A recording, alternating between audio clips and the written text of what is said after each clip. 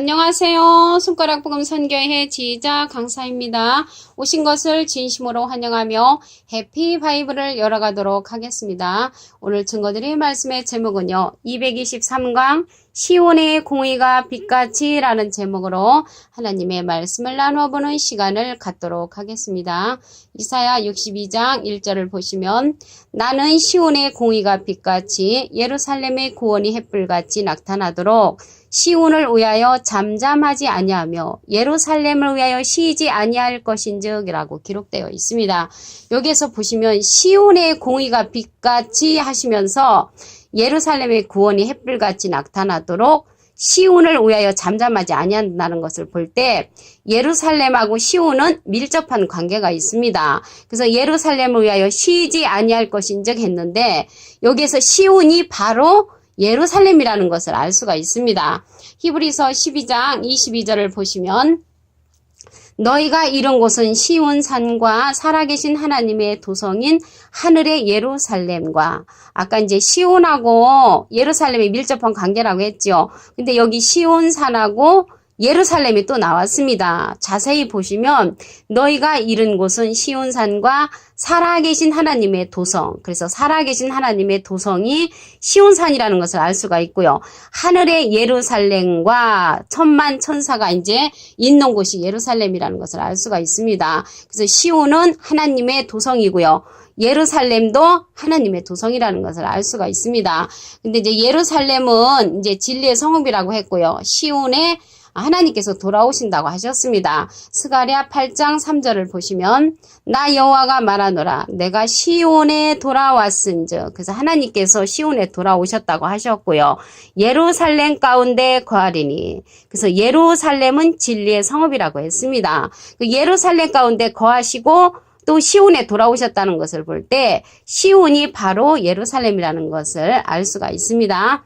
이사야 10장 32절에도 보시게 되면은 이날에 그가 노베서 쉬고 딸 시온산 곧 예루살렘산을 향하여 그래서 딸 시온산은 그것이 바로 예루살렘이라고 이사야 10장 32절에 기록되어 있습니다. 시편 135편 21절을 보시면 예루살렘에 거하신 여호와는 예루살렘에 거하신 여호와라고 했습니다. 시온산에서 찬송을 받으실지어다. 그래서 예루살렘에 거하신 여호와가 시온에서 찬송을 받으신다는 것을 볼 때 예루살렘은 시온이라는 것을 말씀을 통하여 알 수가 있습니다. 시편 87편 5절을 보시면 시온에 대하여 말하기를 이 사람 저 사람이 거기서 나타났나니 지존자가 친히 시온을 세우리라. 그래서 시온을 세우는데 지존자가 세우신다는 것입니다. 지존자는 지극히 존귀하신 그러한 자를 가리켜서 지존자라고 합니다. 근데 여기에서 지존자가 친히 시온을 세우는 것은 하나님을 이제 상징을 하죠. 지존자는. 그래서 시온에 계신 하나님을 보도록 하겠습니다. 이사야 8장 18절을 보시게 되면은 보라 나와 및 여호와께서 내게 주신 자녀들이 이스라엘 중에 징조와 예표가 되었나니 이는 시온산에 계신 만군의 여호와께로 말미암은 것이니라. 그래서 시온산에 만군의 여호와께서 계시다는 것을 알 수가 있습니다. 시편 9편 11절 보시면 너희는 시온에 거하신 여호와를 찬송하며 그래서 여기에도 보시니까 시온에 거하신 여호와라는 것을 볼 때 여호와께서 시온에 거하신다는 것을 알 수가 있습니다. 시편 9장 11절에 그리고 이제 여호와께서 시온을 이제 세우셨다는 말씀을 보도록 하겠습니다.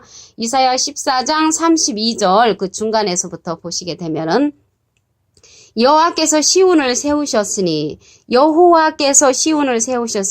그의 백성의 공고한 자들이 그 안에서 피난하니라. 그래서 여호와께서 시온을 세우셨다는 것을 말씀을 통하여 알 수가 있고요.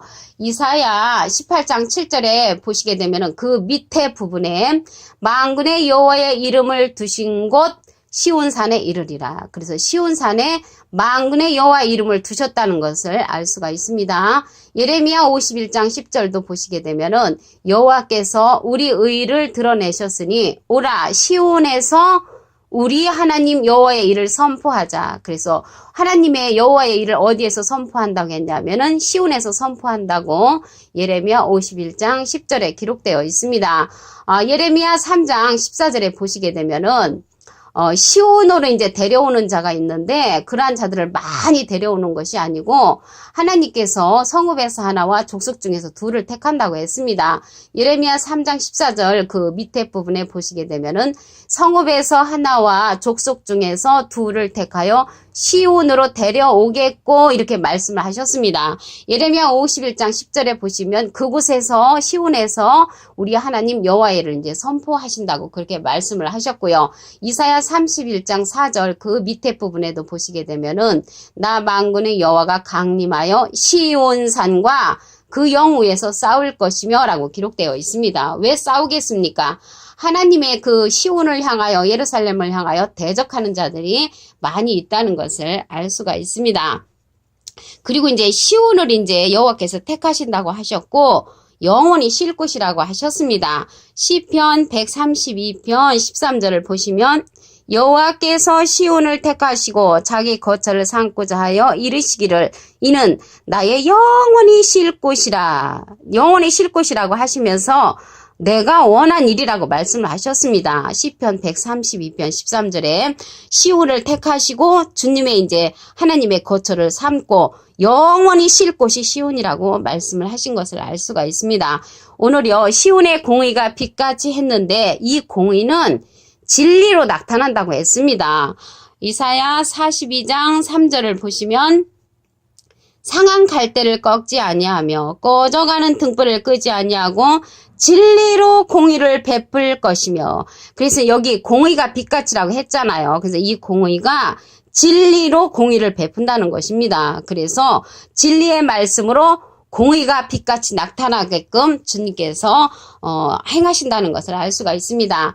잠언 2장 9절을 보시면 그런즉 내가 공의와 공평과 정직 곧 모든 선한 길을 깨달을 것이라. 그래서 모든 선한 길을 깨닫는 것이 공의와 공평과 정직의 길이라는 것이죠. 여기서 깨닫는 것이 나왔는데 다니엘서 12장 10절에 보시게 되면은 악한 자는 아무도 깨닫지 못하되 그랬거든요. 근데 여기 선한 길을 깨닫는 것이 공의와 공평과 정직의 길이라고 잠언 2장 9절에 기록되어 있습니다. 이사야 42장 3절에 진리로 공의를 베푼다고 했잖아요. 그래서 깨우침의 그 말씀으로 말미암아 이제 공의가 빛같이 나타난다는 것을 알 수가 있습니다. 우리 신명기 16장 18절에 보시게 되면은 밑에 부분에 공의로 백성을 재판한다고 했습니다. 공의로서 재판을 하는데 이러한 천하를 공의로 재판할 날을 작정을 하셨다고 하셨고 누가 하냐면은 하나님께서 정하신 사람으로 공의로 심판할 날을 작정을 하셨다고 했습니다. 사도행전 17장 31절을 보시면 이는 정하신 사람으로 하여금 천하를 공의로 심판할 날을 작정하시고 이에 저를 죽은 자 가운데서 다시 살리신 것으로 모든 사람에게 믿을 만한 증거를 주셨음이니라. 그래서 천하를 공의로 심판할 날을 정하신 사람으로 하여금 작정을 하셨다는 것을 사도행전 17장 31절에 기록되어 있습니다. 이 천하를 공의로 심판할 날을 작정을 하셨는데 계시록에 가서는 공의로 심판하며 이제 싸우는 자가 나오거든요. 그 자를 계시록에 출현하는 자를 보도록 하겠습니다. 계시록 19장 11절에 보시면 또 내가 하늘이 열린 것을 보니 보라 백마와 탄 자가 있으니 그 이름은 충신과 진실이라. 그가 공의로 심판하며 싸우리라. 이제 공의로 심판하며 싸운다고 했죠. 근데 아까 이제 공의가 진리로 공의를 베푼다고 했잖아요. 이사야 42장 3절에. 그래서 여기에서 보니까 진리로서 심판하며 이제 싸우는 그런 자는 하나님의 말씀의 옷을 입은 자겠죠. 계시록 19장 13절을 보시면 그가 피 뿌린 옷을 입었는데 그 이름은 하나님의 말씀이라. 그래서 하나님의 말씀의 옷을 입은 자가 진리의 말씀으로서 공의로 심판하며 이제 싸운다는 것을 알 수가 있습니다. 아까 시온하고 예루살렘은 이제 밀접한 관계가 있으며 같은 곳이라고 했죠. 미가서 4장 2절에 보시게 되면은 여호와의 말씀이 예루살렘에서부터 나온다고 했거든요. 그래서 여호와의 말씀이 예루살렘에서부터 나오는데 이 공의로 심판하며 싸우는 자가 시온과 예루살렘에 이제 거하는 그러한 사명자라는 것을 말씀을 통하여 알 수가 있습니다. 오늘 시온의 공의가 빛같이 했는데 시온은 하나님의 도성이라고 그랬죠. 히브리서 12장 22절을 보시면 너희가 이룬 곳은 시온산과 살아계신 하나님의 도성인 하늘의 예루살렘과 천만천사가 있는 곳이죠. 그래서 시온은 예루살렘이라는 것을 알 수가 있고요. 이 시온에 하나님께서 돌아오신다고 했습니다. 스가랴 8장 3절을 보시면 나 여호와가 말하노라 내가 시온에 돌아왔은즉 하나님께서 시온에 돌아왔고요. 예루살렘 가운데 거하신다고 했습니다. 예루살렘 가운데 거하는데 예루살렘은 진리의 성읍이라고 했습니다. 그래서 진리의 성읍 가운데 하나님께서 오시고 거하신다는 것을 알 수가 있습니다. 이러한 시온을 지극히 높으신 하나님이 세우신다고 했죠. 시편 87편 5절을 보시면 시온에 대하여 말하기를 이 사람 저 사람이 거기서 났나니 지존자가 친히 시온을 세우리라. 그래서 친히 하나님께서 시온을 세우신다고 하셨고요.